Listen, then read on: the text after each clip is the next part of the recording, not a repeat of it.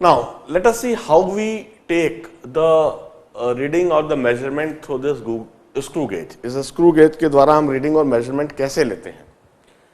हमें जो भी कुछ लेंथ या डायमीटर मेजर करनी है, हमने स्क्रू गेज फिक्स्ड थ्रेड और मूवेबल थ्रेड के बीच में उसको रख दिया और उसको टाइटली इन दोनों के बीच में होल्ड कर लिया. Now we use to note down this main scale reading. Main scale reading is the number of divisions that we could see before this circular scale. Circular scale के ठीक पहले हमें जितने भी मेन स्केल डिविजन्स या main scale reading दिख रही है, ऑब्जर्व हो रही है, that is main scale reading. Main scale reading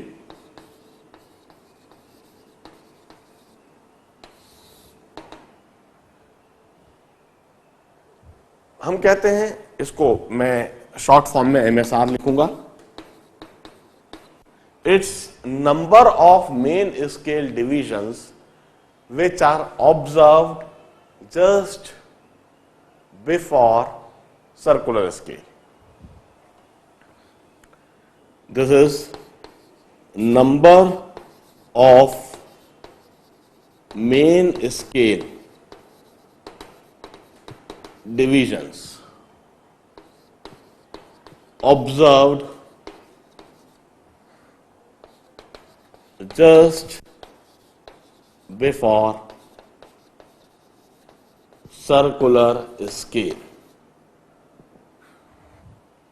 generally ये जो डिविजन्स हैं या तो मिलीमीटर्स में होंगे या 1/2 0.5 मिलीमीटर्स में होंगे. दिस इज इन मिलीमीटर और 1/2 मिलीमीटर्स. हम main scale reading note down कर लेंगे. Then circular scale reading. Circular scale reading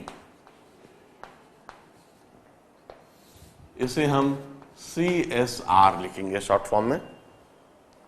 circular scale reading, ये जो रेफरेंस लाइन है, इस रेफरेंस लाइन के साथ मैच करता हुआ जो भी सर्कुलर स्केल डिवीजन रहेगा, that is taken as circular scale reading.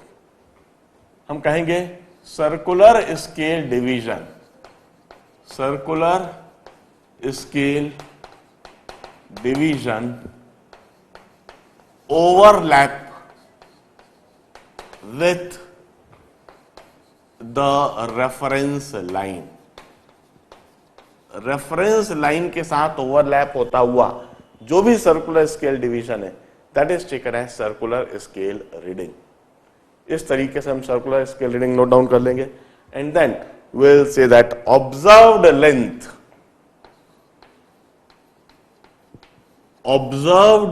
length is main scale reading plus circular scale reading into least count. This is termed as observed length.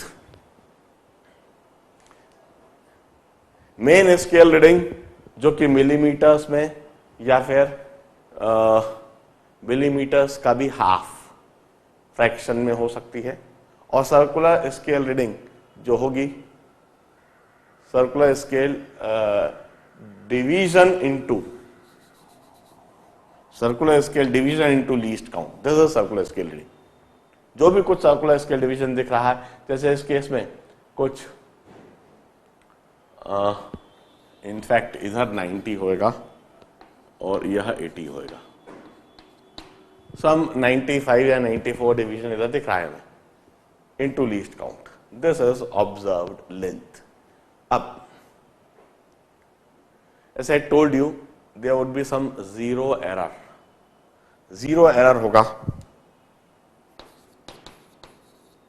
Zero error of screw gauge. क्या होता है, कैसे होता है, यह भी बताऊंगा. जीरो एरर स्क्रू गेज के दो होंगे, आइदर पॉजिटिव जीरो एरर और नेगेटिव जीरो एरर.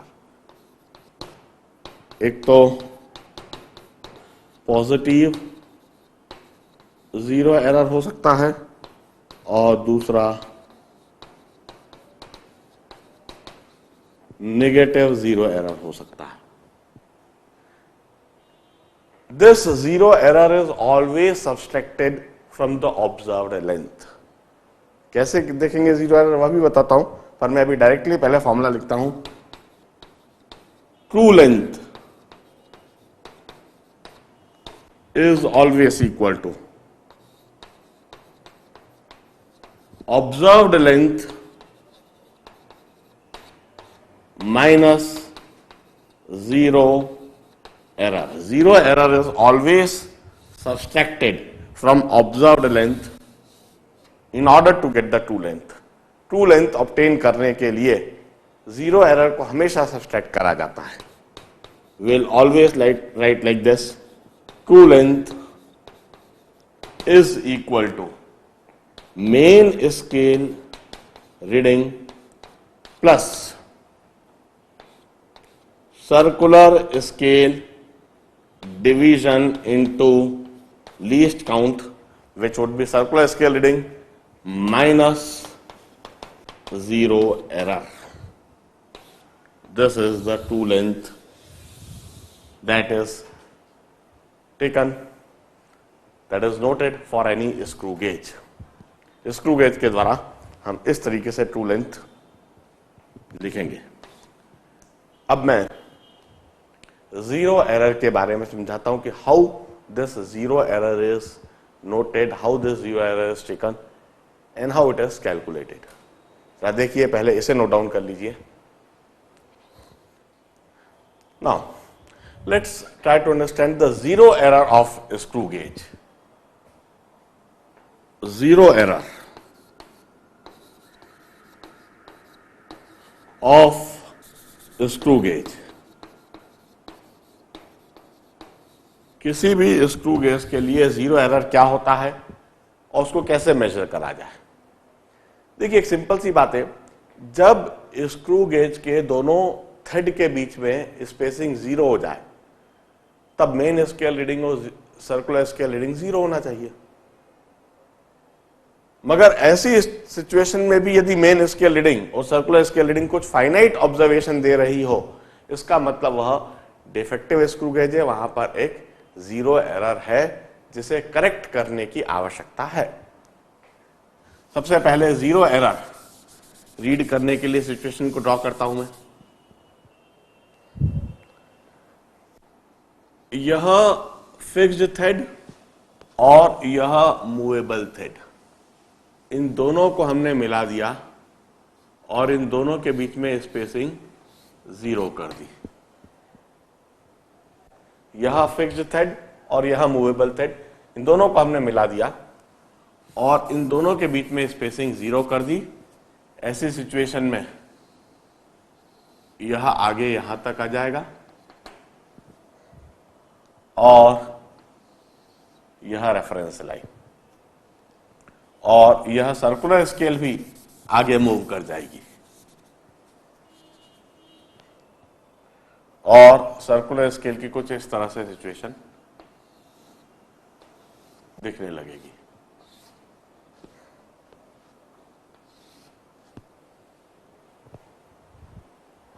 मैं कहता हूं, in order to observe zero error, when fixed thread and movable thread are brought together,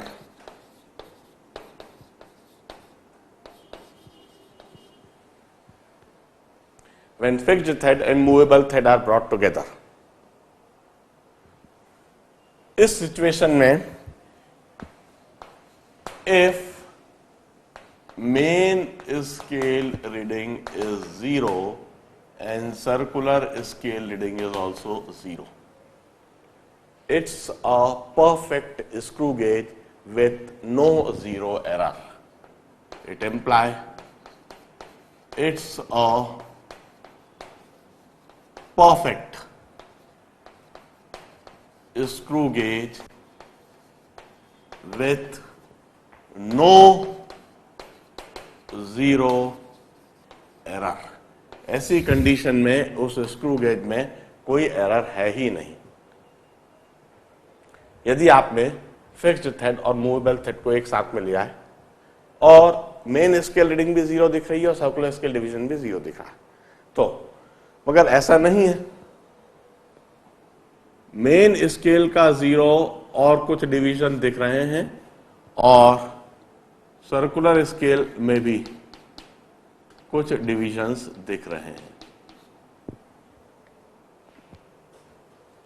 if main scale 0 is toward left and its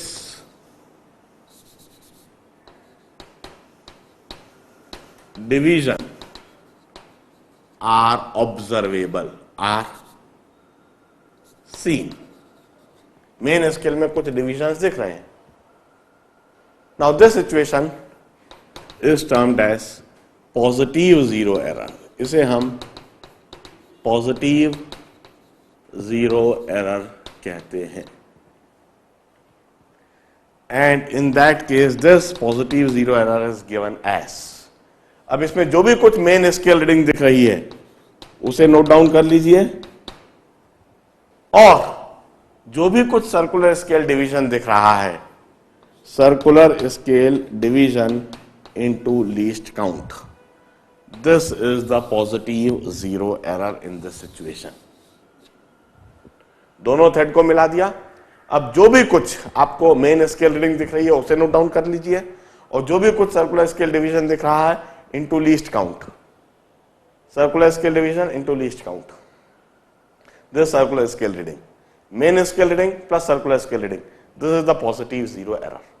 हम कहते हैं जब दोनों थ्रेड के बीच में 0 स्पेसिंग है तब भी इतना पॉजिटिव रीडिंग ऑब्जर्व हो रही है। नाउ दिस पॉजिटिव 0 एरर जो हमने अभी डिटरमाइन करा है, this needed to be subtracted in order to get the true length. True length obtain करने के लिए इसे सब्सट्रैक्ट करना होगा। अब अनदर सिचुएशन, यदि यह मेन स्केल का 0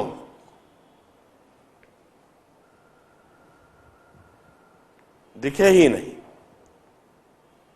if main scale 0 is not seen in this situation,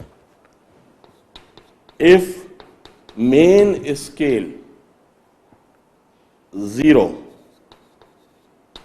is covered by circular scale and not seen, वो दिख ही नहीं रहा, it's negative 0 error, it's negative 0 error। इस 0 एरर को वैसे तो इस फिक्स्ड थ्रेड के द्वारा भी ऑपरेट करके खत्म करा जा सकता है, ऑल्दो नेगेटिव 0 एरर के साथ स्क्रू गेज में काम नहीं करा जाता क्योंकि इस नेगेटिव 0 एरर को कई बार देखने में गड़बड़ी हो जाती है, ऑब्जर्व करने में गड़बड़ी हो जाती है। अब इस नेगेटिव 0 एरर को भी डिटरमाइन करने का तरीका वही है, आगे नेगेटिव साइन लिख दिया जाता है, main scale reading plus circular scale division into least count, this is the negative 0 error. Observe करने का वही तरीका है कि मेन स्केल में अब अपोजिट डायरेक्शन में आप नंबर ऑफ डिविजन्स देखते हैं, क्योंकि अपोजिट डायरेक्शन में भी आपको कुछ ग्रेजुएशंस तो दिखेंगे। अब कितने डिविजन्स कवर हो चुके हैं वह देख लेते हैं, 1 डिवीजन 2 डिवीजन, जितने भी डिवीजन कवर हो रहे हैं वो मेन स्केल रीडिंग हो गया, और circular scale division into least count, this is circular scale reading. और आगे minus sign. Since this zero error is negative, तो माइनस जीरो एरर जब करेंगे तो उधर का माइनस और इधर का माइनस दोनों प्लस हो जाएंगे। This negative zero error would be added in the observed reading in order to get the true length or the true reading. This is the zero error of screw gauge. That's all about screw gauge. In fact, that's all about measurement of length. Measurement of length में मैंने metric scale के बारे में बताया, vernier callipers के बारे में बताया, स्क्रू गेज के बारे में बताया और इनसे रिलेटेड सारे कंसेप्ट बताए। अब इसी समय हम स्टडी पैकेज डिस्कस करते हैं। कुछ स्टडी पैकेज में कुछ खास बातें हैं, उनको मैं डिस्कस कराऊंगा, कुछ ट्रू फॉल्स डिस्कस कराऊंगा और कुछ प्रॉब्लम्स भी डिस्कस कराऊंगा और उसी के बाद मैं इस चैप्टर को फिनिश डिक्लेयर करूंगा। फटाफट इसे नोट डाउन करो and just open the study package, will start discussing it. Now let's start discussing this study package. मैंने यह स्टडी पैकेज दिया है इस टॉपिक को कंप्लीट करने के लिए। इतना पूरी थ्योरी सुनने के बाद the study package we have got introduction about vernier calipers, principle of vernier caliper that we had already discussed, how to determine vernier constant of vernier caliper, यह भी हमने डिस्कस कर लिया है। Go through this illustrative numerical problem 2.1, इसको जरूर आप solve करो। 2.2 इसको भी सॉल्व करो। प्रॉब्लम को देखो, सॉल्यूशन दिया हुआ है, एक बार पहले स्वयं से अपना दिमाग अप्लाई करना, सॉल्व करने की कोशिश करना, नहीं आने पर सॉल्यूशन को भी एक बार ध्यान से देखना। Positive zero error, negative zero error vernier caliper का मैंने डिटेल में समझा दिया है, दोनों को कैसे ऑब्जर्व करा जाएगा, कैसे कैलकुलेट करा जाएगा और जो कुछ इंपॉर्टेंट नोट्स हैं वह भी मैंने नोट डाउन करा दिए हैं। गो through this illustration of 2.3, illustration 2.3 छोटा सा न्यूमेरिकल प्रॉब्लम है वर्नियर कैलिपर को ही समझाने के लिए। मैं इसी समय डिस्कस कराऊंगा true and false, review question true and false vernier calipers पर ही।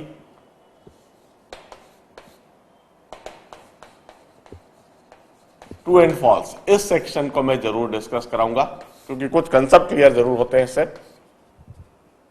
The first statement, the least count of vernier caliper is length of the smallest unit on main scale. Least count of vernier caliper is length of smallest unit on main scale. Main scale पर millimetres होता है और vernier caliper का least count होता है 0.1 millimetre. I will say it's a false statement because main scale is in millimeters while the least count is main scale division minus vernier scale division. It's 1 by n main scale division. So first statement is a false statement. Now let's go through the second statement. The least count of vernier caliper is the length of smallest unit on vernier scale. The least count of vernier caliper is the length of smallest unit on vernier scale. Once again, vernier scale के लिए हमने कहा है n vernier scale divisions are equal to n minus 1 main scale division. That is not a least count. Once again, this is a false statement. Why? N vernier scale division is equal to n minus 1 main scale division. One vernier scale division is n minus 1 upon n main scale division, while the least count is this. Least count is main scale division minus vernier scale division. It's 1 by n main scale division. So second statement is also a false statement. Least count is not equal to vernier scale division. Least count is main scale division minus vernier scale division. Now let's go through the third statement. Vernier constant is least count of instrument. This is a true statement. जो third statement है, it's a true statement. इसमें कहा है vernier constant is equal to least count and this is equal to main scale division minus vernier scale division and this also equal to 1/n of main scale division. This is a true statement. The third statement is true. Now let's go through the fourth statement.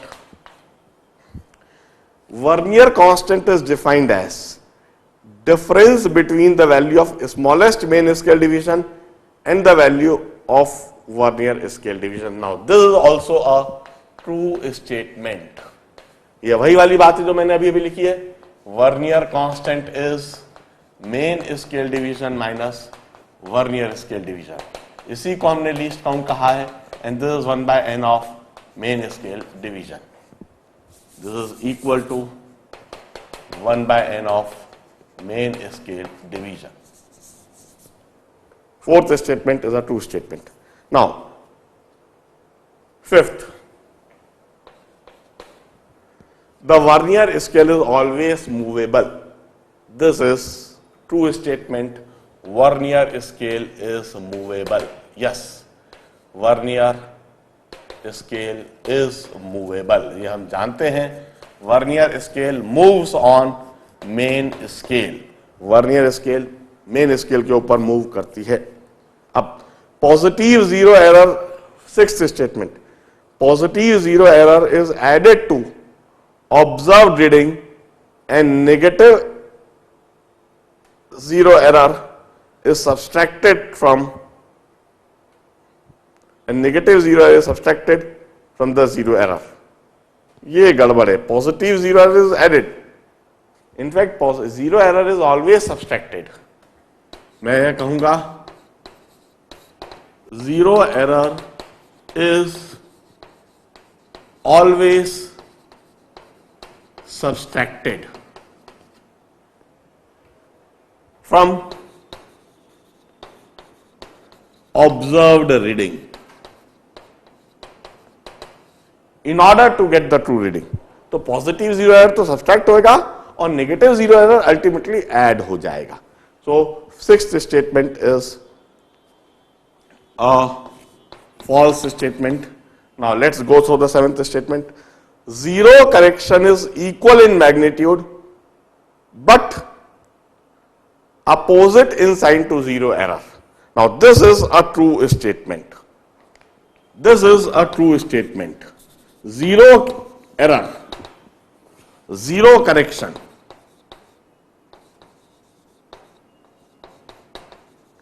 is always minus of zero error. जैसे हमने कहा zero error is always subtracted, तो जब हम zero correction की बात कर रहे हैं तो जीरो करेक्शन मतलब जब वर्नियर कैलिपर के दोनों जॉ जब मिले हुए हैं तब जो रीडिंग है उसको हमने जीरो एरर कहा। और हम कहते हैं जीरो करेक्शन मतलब उसको करेक्ट करने के लिए दैट इज ऑलवेज सब्सट्रैक्टेड। तो जीरो एरर के आगे माइनस साइन लगा दे तो वो जीरो करेक्शन हो जाता है। पॉजिटिव जीरो एरर का जीरो करेक्शन के लिए सब्सट्रैक्ट करेंगे और नेगेटिव जीरो एरर के जीरो करेक्शन के लिए उसको ऐड करेंगे। So zero correction is always equal in magnitude but opposite in sign to zero error. This is a true statement. Now, the eighth statement, the upper jaw of vernier caliper is used to measure the internal diameter of cylinder. This is a true statement. हमने यहां देखा है upper jaw are used to measure internal diameter. ये हमने figure में भी दिखाया है, कई बार बताया है। upper jaw used to measure internal diameter and tail is used to measure the depth. Tail is used to measure the depth. 9. Vernier caliper cannot measure the depth of cylinder. This is a false statement. अभी मैंने बताया depth can be measured by tail of vernier calipers. Depth can be measured by tail of vernier calipers. This is a false statement. इधर ये लोग कहते हैं depth cannot be measured, हम कहते हैं depth can be measured. अब 10th statement, precision of instrument increases with vernier constant. Precision of instrument increases with vernier constant. Once again, it's a false statement. Vernier constant यदि increase हुआ तो least count increase हो जाएगा, और least count increase हुआ तो precision तो कम हो जाएगा. Vernier constant is equal to least count. Vernier constant is equal to least count. Precision क्या होता है? Precision means how precisely instrument can measure. Least count बढ़ने पर प्रेसिशन कम हो जाएगा. हम कहेंगे when vernier constant increases, least count also increases, and this would lead to decrease in precision.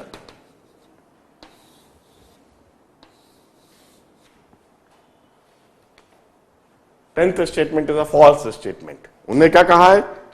Precision of instrument increases with increase in vernier constant. जबकि उल्टा है, वर्नियर कांस्टेंट लीस्ट काउंट के बराबर होता है. तो वर्नियर कांस्टेंट इंक्रीज होने पर लीस्ट काउंट इंक्रीज होगा, और लीस्ट काउंट के इंक्रीज होने पर precision of instrument would decrease. This is about true and false of vernier calipers. अब इसके बाद जो स्टडी पैकेज में स्क्रू गेज के बारे में हमने सारी बात बता दी है. Pitch of screw gauge, least count of screw gauge, यह सब हमने बता दिया है.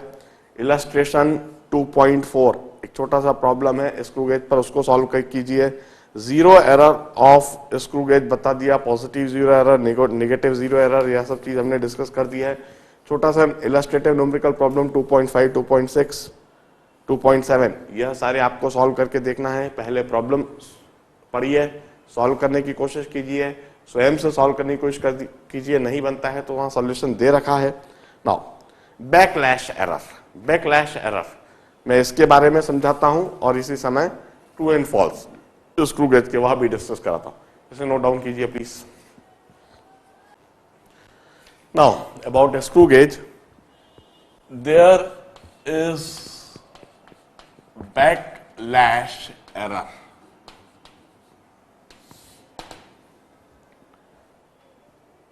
यह एरर के बारे में हमें बस जान लेना जरूरी है. स्क्रू गेज में क्या होता है, जब आप एक डायरेक्शन में रोटेट कर रहे हैं, एक ही डायरेक्शन में रोटेट कर रहे हैं तब तक तो ठीक है, मगर एक डायरेक्शन में रोटेट करते हुए यदि हम एकदम से उसको अपोजिट डायरेक्शन में रोटेट करने लगे तो एक समस्या होती है. देयर इज अ प्ले होता है. No, due to that play what happens, हम स्क्रू को रोटेट तो कर देते हैं मगर उस स्क्रू में कोई फॉरवर्ड या बैकवर्ड मूवमेंट नहीं होती है, क्योंकि थ्रेडिंग में हल्का सा इम्परफेक्शन होता है. थ्रेडिंग में हल्की सी स्पेसिंग छोड़ दी जाती है. उस छोटी सी स्पेसिंग की वजह से क्या होता है, एक ही डायरेक्शन में यदि आप स्क्रू को मूव कर रहे हो तब तक तो कोई समस्या नहीं है, मगर एक डायरेक्शन में मूव करते हुए एकदम से यदि आपने अपोजिट डायरेक्शन में मूव करा तो अपोजिट डायरेक्शन में स्क्रू रोटेट तो हो गया मगर अपोजिट डायरेक्शन में स्क्रू की मूवमेंट नहीं होती, और इस वजह से रीडिंग में गड़बड़ी आने लगती है. This is called backlash error. Now in order to avoid this error, what one should do is, screw से रीडिंग लेते समय उसको हमेशा एक ही डायरेक्शन में रोटेट कीजिए. अपोजिट डायरेक्शन में बार बार कभी भी रोटेट मत कीजिए. बैकलैश एरर को अवॉइड करने का यही तरीका होता है. अब इसी समय हम स्क्रू गेज से रिलेटेड जो ट्रू एंड फॉल्स है उनको इसी समय डिस्कस करते हैं. स्क्रू गेज से related true and false discuss करा रहा हूं. The first statement, once again is 10 statement है, इन 10 को डिस्कस करते हैं. First statement is zero correction is same as zero error. This is a false statement. Zero correction is always opposite in sign. Zero correction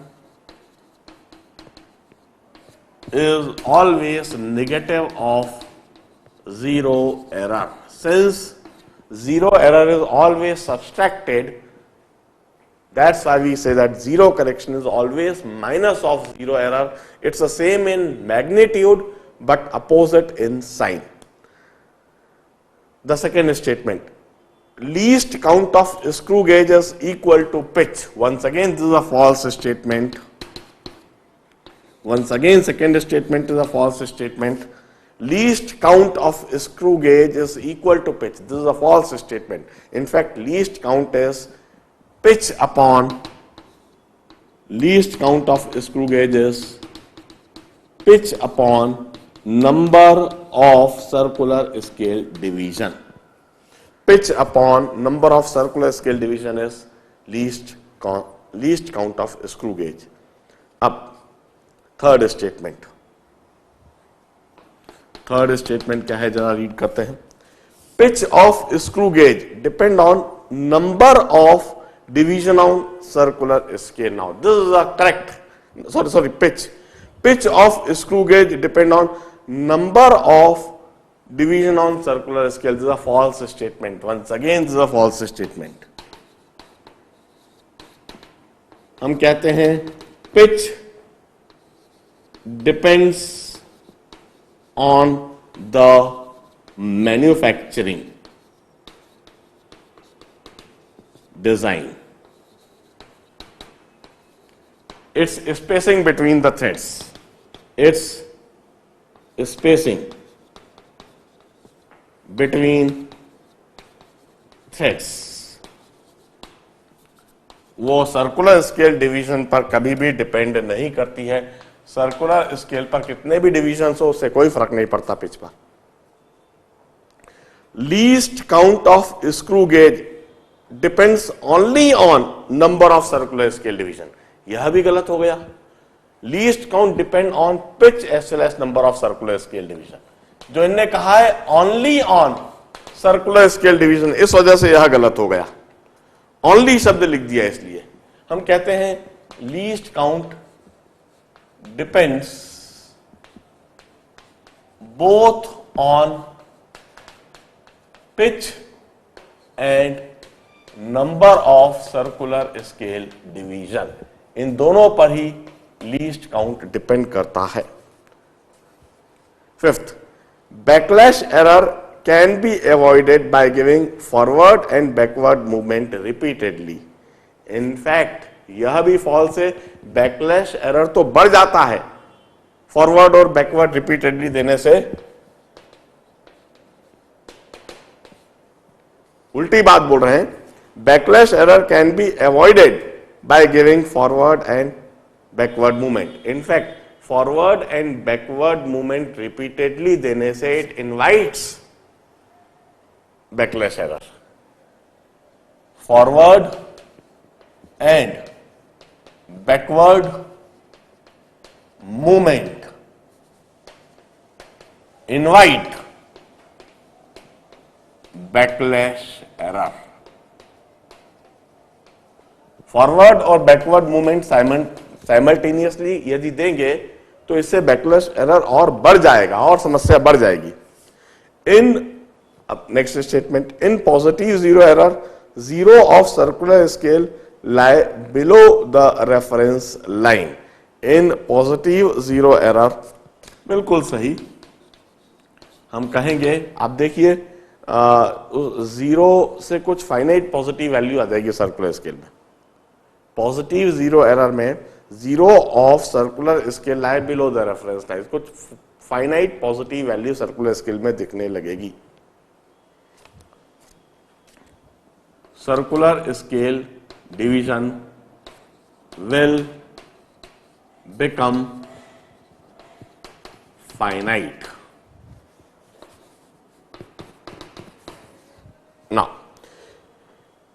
in positive zero error, zero of main scale is visible. This is also true. Positive zero error में, positive zero error में main scale zero is visible.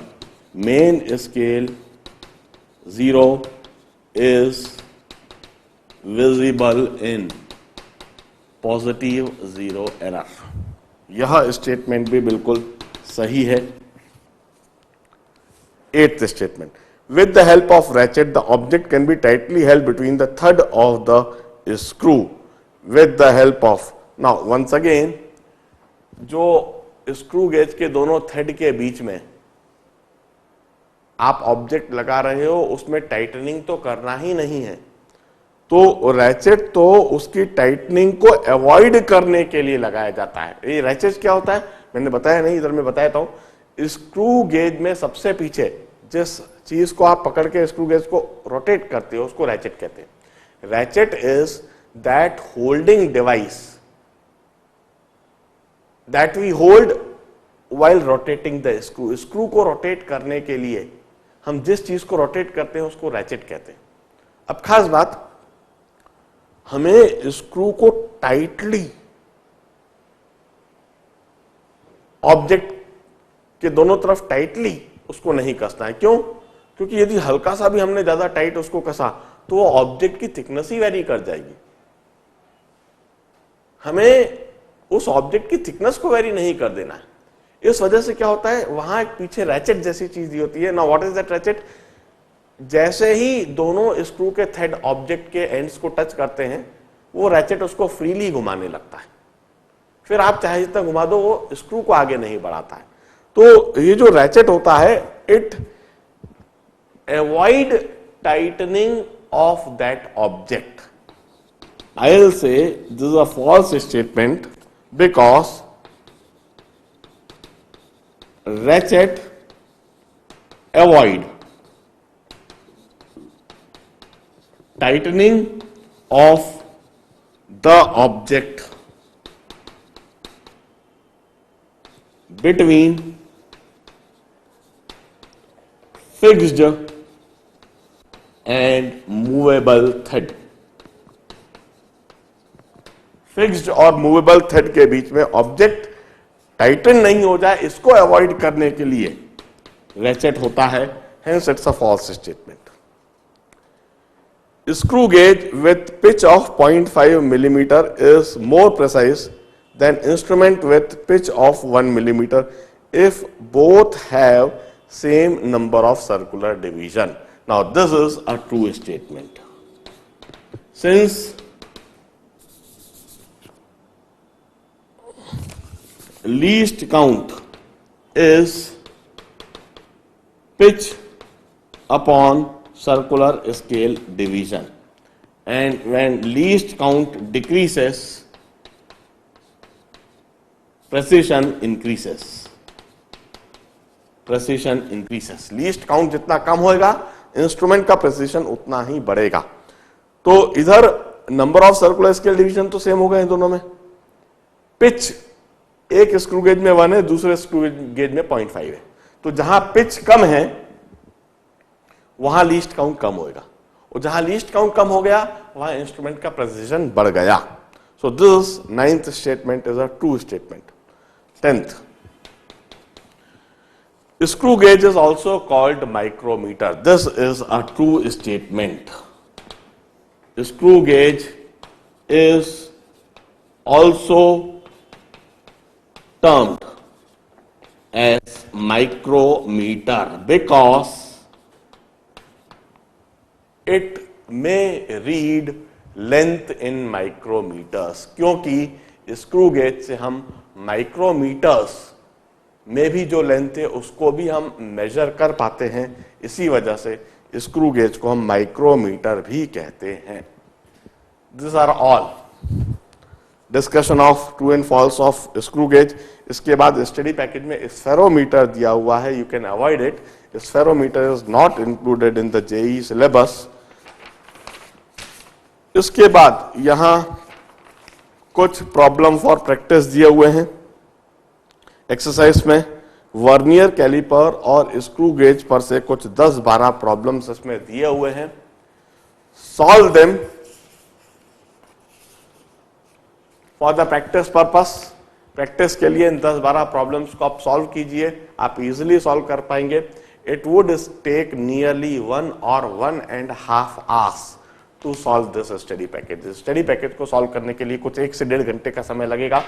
इसमें illustrative problems कुछ 7-8 हैं, उनको एक बार ध्यान से देख लीजिए, उनको सॉल्व कर लीजिए, और इसके बाद एक्सरसाइज प्रॉब्लम्स कुछ 10-12 हैं, उनको देख लीजिए, सॉल्व कर लीजिए। आई एम श्योर कि जो कुछ मैंने पढ़ाया है, सिखाया है, समझाया है, इससे सारे प्रॉब्लम्स आपसे बन जाएंगे, और इन सारे प्रॉब्लम्स को करके आपको इस चैप्टर पर कॉन्फिडेंस आ जाएगा। इस पर अपीयर होने वाला किसी भी तरह का ऑब्जेक्टिव आप गारंटी से कर पाएंगे। That's all about measurement of length. Now I'll move on to the next chapter of this unit, that is error analysis, in my next lecture. Goodbye, good day. I wish you all the best to solve this study package. Bye bye.